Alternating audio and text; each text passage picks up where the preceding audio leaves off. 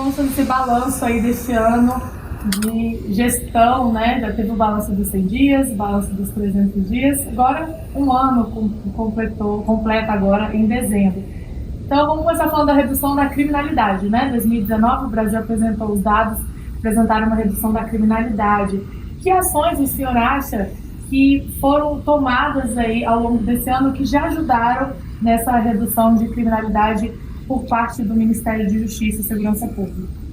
É bom até esclarecer que a gente não tinha nós não tínhamos estatísticas oficiais dos principais indicadores criminais.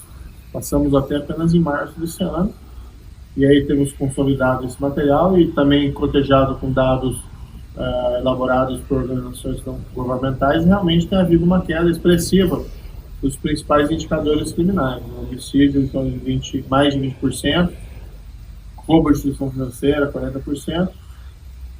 Da parte do governo federal, acho que principalmente investimento em mecanismos para melhor legislação de crimes, como o Banco Nacional de Perfis Genéticos, e uma postura mais dura em relação à criminalidade organizada. Por que isso importa? Porque boa parte da criminalidade violenta nas regiões metropolitanas está vinculada à criminalidade organizada.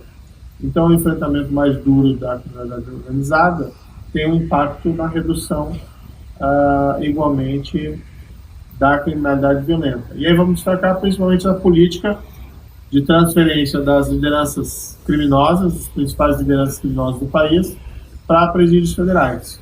Isso já havia no passado, mas foi intensificado de uma maneira muito expressiva pelo governo atual. Ministro, nesse sentido de redução da criminalidade, tem outras ações já previstas aí para os próximos anos? Nós temos um projeto piloto, que é o Em Frente Brasil. Nós escolhemos aí 5 municípios com indicadores ruins em matéria criminal, um em cada região, e é um projeto no qual existe uma atuação integrada. A filosofia dele é uma atuação integrada entre o governo federal, estadual e municipal, no enfrentamento da criminalidade local. Nas cidades onde ele está sendo implantado, ele tem tido bons resultados. Mas esse projeto é um aprendizado para nós. Nós temos que aprender que deu certo, que vai dar certo, e que eventualmente nós podemos melhorar, para depois expandir essa experiência para outros locais. Mas existe uma série de medidas que, vamos dizer, afetam, em geral, a criminalidade no Brasil. Por exemplo, uma atuação mais intensa da Polícia Federal, em apreensão de droga, em destruição de plantação de droga no exterior. Há igualmente a Polícia Rodoviária Federal com uma atuação igualmente mais intensa. Nós criamos um projeto importante de melhoria do controle das fronteiras, com o nosso projeto Vigia. Então, tudo isso, à medida em que, por exemplo, aumenta a apreensão de droga, arma, e evita que isso alimente a criminalidade violenta nas grandes capitais ou regiões metropolitanas, isso tem impacto geral na redução da criminalidade. Já que o senhor citou o programa Em Frente Brasil, né? Tem como detalhar um pouco mais o que está sendo feito nessas cidades, algumas ações que já foram tomadas? Foi aumento do efetivo da polícia? Tem como detalhar? A ideia é que a violência no Brasil é elevada, já foi mais no passado, está sendo reduzida, mas ainda é elevada, mas ela é muito focalizada territorialmente. Então nós selecionamos algumas cidades com graves problemas de violência. Dentro dessas cidades, há a possibilidade de fazer um mapa do crime, os bairros mais violentos. E aí o que nós fizemos? O governo federal enviou a Força Nacional e solicitamos que a Polícia Federal e a Polícia Rodoviária Federal, que atuam na região, intensificassem as ações em coordenação com a Força Nacional e em coordenação com as forças policiais locais. Então é tanto polícia ostensiva, mas também polícia judiciária. Não é só fazer que o criminoso se mude de um bairro para outro, de uma cidade para outra, mas que o criminoso se mude para a prisão, né? Que responda pelos seus crimes. Nas cidades que tem sido implantado, o principal é desenvolver essa cultura de integração, de compartilhar informação, de compartilhar operações, né? Isso deve deixar um legado para o futuro, mesmo quando eventualmente nós tenhamos que tirar a Força Nacional desses locais para atender outros. Isso, ainda nesse sentido de combate à criminalidade, não há que se falar de combate sem tratar dos crimes de fronteira, né? Sem tratar ali da proteção das fronteiras do Brasil, que é um país imenso, tem fronteira aí para a Polícia Federal e Exército cuidarem. E recentemente os ministros do Mercosul, eles tomaram uma decisão importante nesse sentido, né, de combater a criminalidade das fronteiras, lá das polícias de fronteira. Por que foi importante esse acordo? Esse acordo foi gestionado há algum tempo e nós conseguimos finalizar as negociações desse ano. Foi firmado entre os ministros da Justiça e Segurança Pública do Mercosul e agora assinado pelos presidentes nessa última reunião do Mercosul, agora em dezembro. E é basicamente um acordo que autoriza o que a gente chama de perseguição transfronteiriça. Como a gente via naqueles velhos filmes de faroeste norte-americano, que muitas vezes o criminoso a cavalo, né, fugia pela fronteira e passava por um outro país, por exemplo, o México, e aí o xerife ficava com aquela cara de bobo do outro lado. No fundo, a ideia é permitir que, se houver uma perseguição policial, que as forças de segurança de um país possam ingressar no outro território do outro país em perseguição, observadas determinadas condições. É relevante para, vamos dizer, evitar aquela sensação de que basta você cruzar a fronteira que você está livre das forças da justiça, das forças policiais. Então, permite que uma ação mais efetiva da polícia em circunstâncias muito especiais. Isso, agora, projeto de lei anticrime, né? Como é que está o andamento e por que o senhor acha que é importante a aprovação desse projeto sem muitas alterações lá no Congresso? Como é que está o andamento? O projeto foi enviado no começo do ano, o Congresso ficou ocupado lá com as propostas da área econômica, principalmente, a nova Previdência, deram prioridade a isso, nós compreendemos. Recentemente ele ganhou um impulso, foi aprovado na Câmara, agora foi aprovado no CCJ do Senado. Acredito que ele pode ser sancionado e publicado ainda esse ano. Não é exatamente a integralidade do projeto que nós encaminhamos, mas isso faz parte do jogo parlamentar, do jogo democrático. É importante que várias medidas relevantes para o combate à criminalidade foram aprovadas. A principal delas, eu diria, ou uma das principais, é a execução imediata dos vereditos do Tribunal do Júri. O Tribunal do Júri no Brasil julga basicamente crimes contra a vida. E isso, em síntese, é homicídio e feminicídio. São aqueles crimes de sangue muito graves e que as instituições precisam dar uma resposta rápida. A partir da aprovação do projeto, o veredito do Tribunal do Júri, a sentença do Tribunal do Júri, se executa de imediato. Ou seja, quem foi condenado por homicídio ou feminicídio vai para a prisão. De imediato, isso vai ter impacto não só em trazer justiça mais rapidamente para esses casos graves, mas certamente para diminuir a impunidade, e diminuir a impunidade e diminuir esse tipo de crime. Certo. Agora, sobre o Banco Nacional de Perfil Genético, que o senhor já citou, né, que foi, acho que um grande ganho aí esse ano para o Brasil, né, um ato do Ministério, que eu queria que o senhor falasse um pouco mais. Isso bem ilustra, assim, que, claro, mudar a lei é importante, aumentar os instrumentos disponíveis às polícias, aumentar a eficiência da justiça através da lei, isso são coisas relevantes, mas se pode fazer muito através de medidas executivas. Nós tínhamos essa lei, que é de 2012, que criou o Banco Nacional de Perfis Genéticos, que é basicamente o quê? Você colhe material biológico no local do crime, quem deixou o material biológico ali é o provável autor do crime, e você extrai o DNA e insere no banco de dados.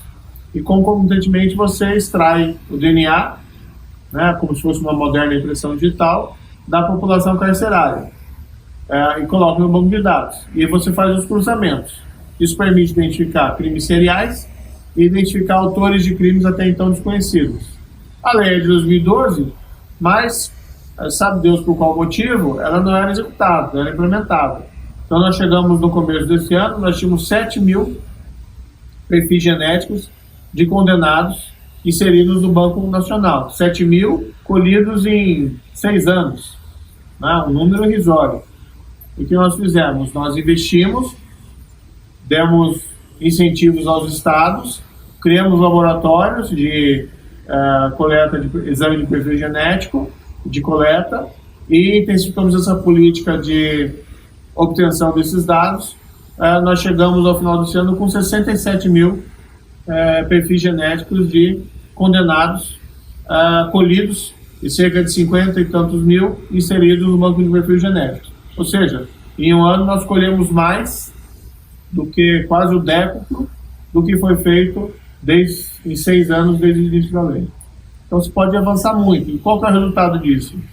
Crimes começam a ser descobertos. Os autores desses crimes. Teve um caso famoso lá de uma menina assassinada até em Curitiba, na minha cidade.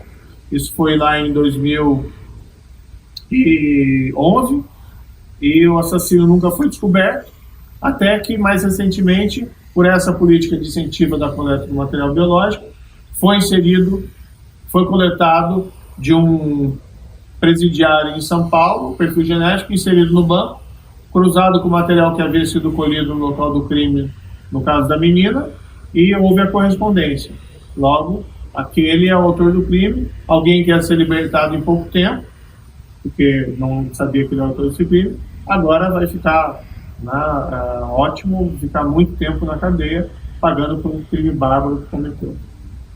Ministro, e recentemente a Força Nacional foi enviada lá para cuidar dos crimes, dos possíveis crimes de investigação, para ajudar lá nos crimes contra indígenas, A Força Nacional também continuou tendo um papel de destaque aí na segurança pública do Brasil este ano? A Força Nacional, desde o início dessa gestão, antes ela já era muito provocada, mas já no 4º dia de janeiro desse ano, nós fomos surpreendidos por aquela crise de segurança do Ceará. Enviamos de imediato lá a Força Nacional, e juntamente com a PF, com a PRF e também com as forças de segurança do Estado do Ceará, do governo do Estado do Ceará, aquela crise de segurança foi debelada. Foi um período muito crítico, o começo desse ano de janeiro. Nós até queríamos ter tido uma folga a mais, tínhamos acabado de assumir, e estávamos acomodando ainda as posições dentro aqui do Ministério.